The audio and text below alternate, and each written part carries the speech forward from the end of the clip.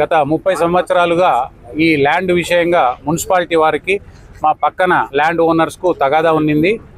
ఆ తగాదాలో మున్సిపాలిటీ వాళ్ళు మా పక్కన ల్యాండ్ వాళ్లకు అనుకూలంగా వాళ్లకు అఫిడవిట్స్, కౌంటర్స్, సర్వే మాకు తెలియకోకుండా, పక్కన వాళ్ళకి తెలియకోకుండా సర్వే చేసి ఇవ్వడంతో ఆ ఆర్డర్స్ని, కోర్టు ఆర్డర్స్ తీసుకొచ్చి ఈరోజు హుటాహుటిన 5వ తేదీ కంటెంప్ట్ ఆఫ్ కోర్టు హైకోర్టులో ఉన్నందున దానిని తప్పించుకోవాలనే ఉద్దేశంతో ఈరోజు అధికారులు హుటాహుటిన వచ్చి స్కూలుకు వాడుకుంటున్న రోడ్డును, 40 ఏళ్ల నుంచి ఉన్న ఒక సిమెంట్ రోడ్డును ఈరోజు తీసివేయడం చాలా బాధాకరం.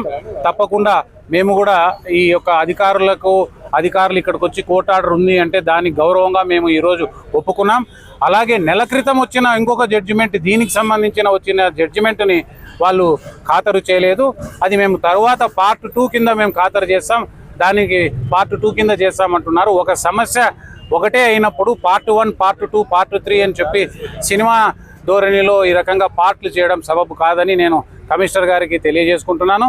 ఏది ఏమైనా మేము కూడా న్యాయస్థానంలోనే మీరు ఈరోజు చేసిన తొందరపాటు పనులకు మేము తప్పకుండా కోర్టులోనే తేల్చుకుంటామని చెప్పి ఈరోజు అధికారులకు తెలియజేసుకుంటున్నాం. కానీ ప్రజలకు ఇబ్బందికరమైన ఏ అధికారులు కానీ, ఏ ప్రభుత్వము కానీ,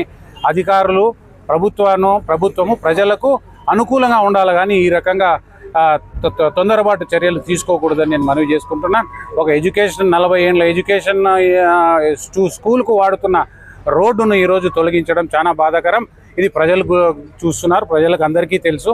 ప్రజలకు సమాధానం ఇవ్వలేరు మీరు, ఎవరికైనా అందరికి చెప్పరు కానీ ప్రజలకు మీరు సమాధానం ఇవ్వలేరు. ప్రజల దృష్టిలో మీరు తప్పు పట్టినట్లు ఖచ్చితంగా ప్రజలు అనుకుంటారని మేము తెలియజేస్తున్నాం.